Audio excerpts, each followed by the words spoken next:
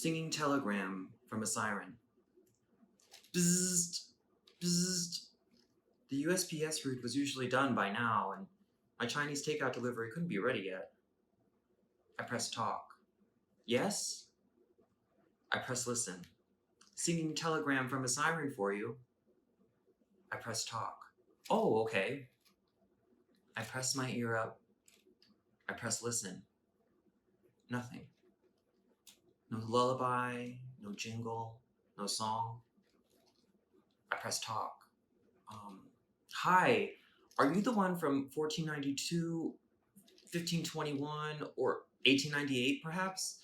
The one I painted every single time in the first grade in loose washes on white canvas board, using a thin black bristled brush, swirling into a palette of bright red, yellow, and blue ovals of watercolor.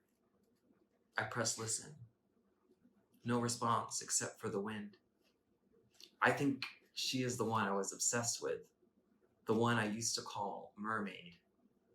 Last year I began to call her Siren, and she became the songstress of the sea, luring ships and sailors to their deaths. But not like the ones I read about in the 9th grade, part bird, part woman, attempting ruin in the Odyssey. I press talk.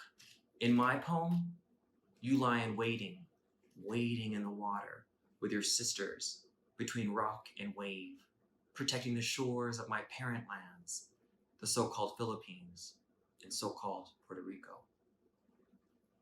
This time, it is not for a so-called Greek hero and his nameless ship, but for the wreckage of Magellan, Columbus, and De Leon, and their Nina, Pinta, Santa Maria, Victoria.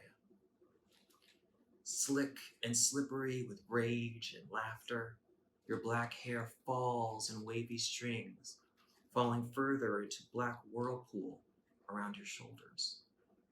You open your mouth, another round black O, letting out a sly eel of sound calling to them in a seductive song.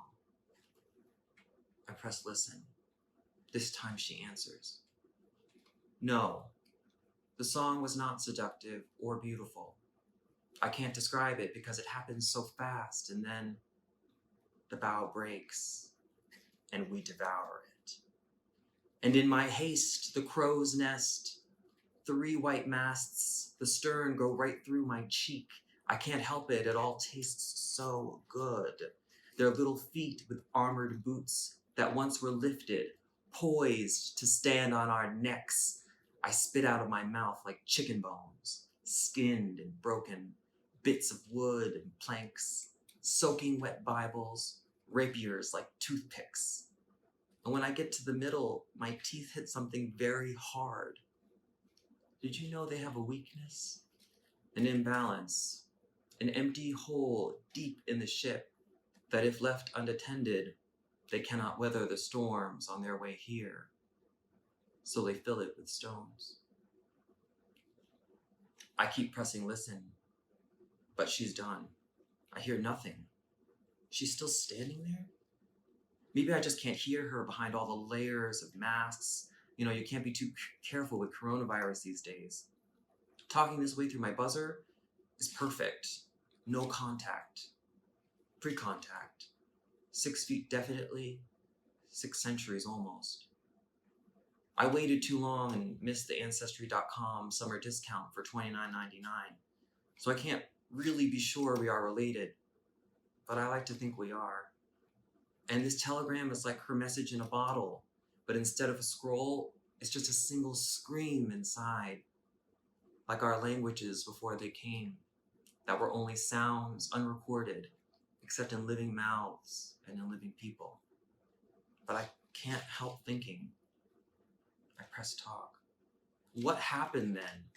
Where were you the night that Ponce de Leon invaded, seeking our few nuggets of gold in the water, before he left us his name and told us to be proud of it?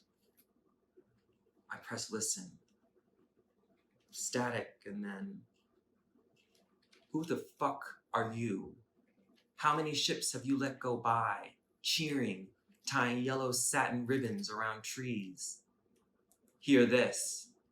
I am dissipated, extinguished, like cake candle flame, like sea foam, and I do not return, not as tuft of cloud, or drop of rain, or granule of sand. I press talk. Didn't you dream of me? I press listen. No. I press talk. Have you been watching me? I press listen. No. I press talk. Are your spirits with me? I press listen. No. I knew it. I press talk. Then whom should I say is calling, singing, buzzing? I press listen. You.